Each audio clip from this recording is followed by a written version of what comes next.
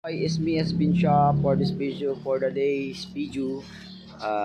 Yan, meron, i-deliver na po natin yung in order po ng galing ay taga Visayas, no.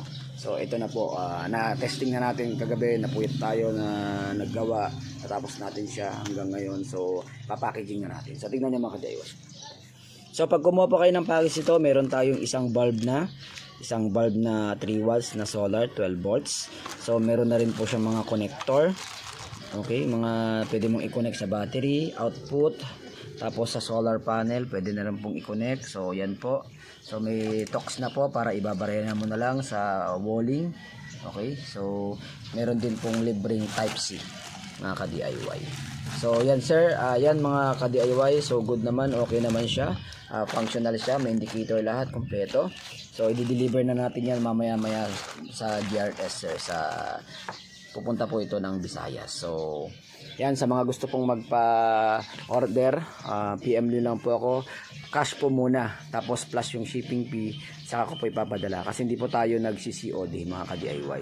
Pag meron na po tayong TikTok shop, pwede po tayong COD. Pero ay kung meron na tayong yellow basket na ganyan, pwede pong COD. So tara mamaya sa GRS para may deliver na. Let's go! Ka-DIY. So ito na. Nandito na tayo sa motor ko. So pupunta na tayo ng GRS. So ito na yung papadala natin from Visayas. So DIY, ito yung second na assemble ko ng DIY na 12 volts output na pwede itong magdamag na ilaw at saka solar pan. Kayang-kaya po niya, no, na magdamag 24/7.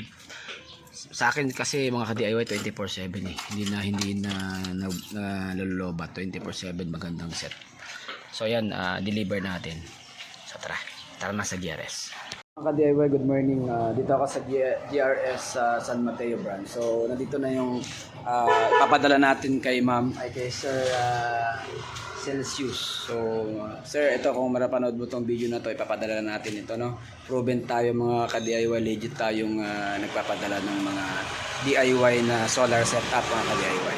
So mga DIY, medyo tumaas lang yung kanyang shipping fee. So may resibo naman, papakita lang natin sa client natin mga DIY. So ito na po mga DIY, ipapadala natin. So yan mga DIY, sa mga gusto magpakabit, PM nyo lang ako, picture mo tayo. So yan, God bless mga DIY, ingat. Bye bye.